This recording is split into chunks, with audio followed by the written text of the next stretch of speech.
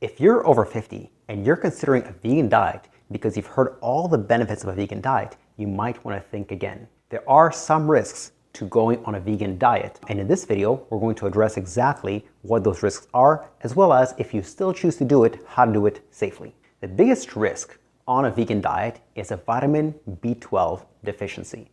What do you need B12 for? Well, you need it for a number of functions. One is you need it for the production of red blood cells. There is a term called anemia, which is low oxygen. You can get that from low iron, low B12, or other nutrient deficiencies. You also need vitamin B12 for the health of the nervous system. Your nerves have a fatty layer surrounding them called myelin sheath, and you need vitamin B12 for the creation of myelin sheath so that your nervous system works properly. And the third reason why you need vitamin B12 is for good cognitive function. Things like memory, processing speed, concentration, those are all things that you need that vitamin B12 helps you with. Now, how might you know if you're deficient in vitamin B12? There are a number of signs or symptoms. One is cognitive decline. Another one is feeling numbness, tingling, or weakness. Another one is low energy levels because, again, you need it for red blood cell production, which carries oxygen with it. A fourth one is breathlessness, again, low energy. And a fifth one is poor memory. These are all signs and symptoms of vitamin B12 deficiency.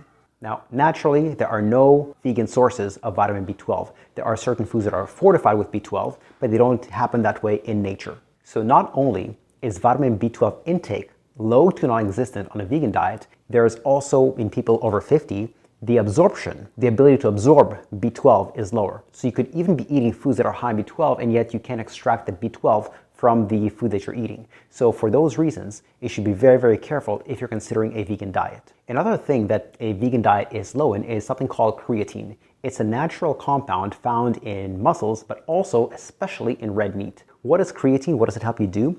It's usually, again, found in red meat and fish, and what it does is it helps you with energy production as well as cognitive function. A lot of bodybuilders take it to enhance their muscles, but what's underrated is that a lot of seniors should take it for their mental health and for their cognitive function. Because it's found especially in red meat and fish, and those are basically absent on a vegan diet, vegans are particularly low in creatine. Another mineral that is often low on a vegan diet is zinc. Now, yes, there are decent vegan sources of zinc. By far, the best source of zinc is oysters at 74 milligrams per serving. After that, it's red meat. Most red meat lies between 5 and 10 milligrams per serving, and then poultry and seafood are the next category with 3 to 5 milligrams per serving. And again, all those sources are not vegan sources. They are meat, fish, and seafood, essentially. And so that's why, again, there are decent vegan sources of zinc, but none compared to these top three.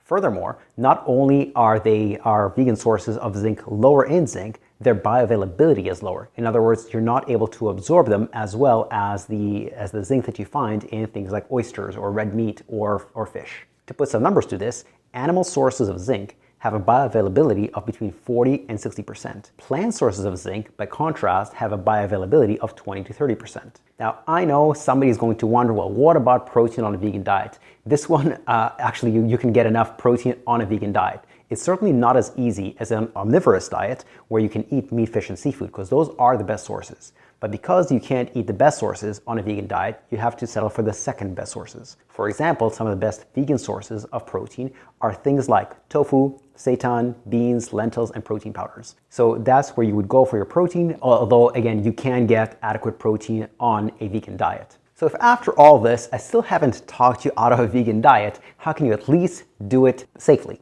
One strategy is to take a multivitamin. That covers a lot of your bases. A multivitamin will have zinc and B12.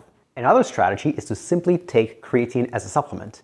And a third strategy is just to be mindful of your protein intake. In another video, I explain how you calculate what your protein requirements are and then how to get there.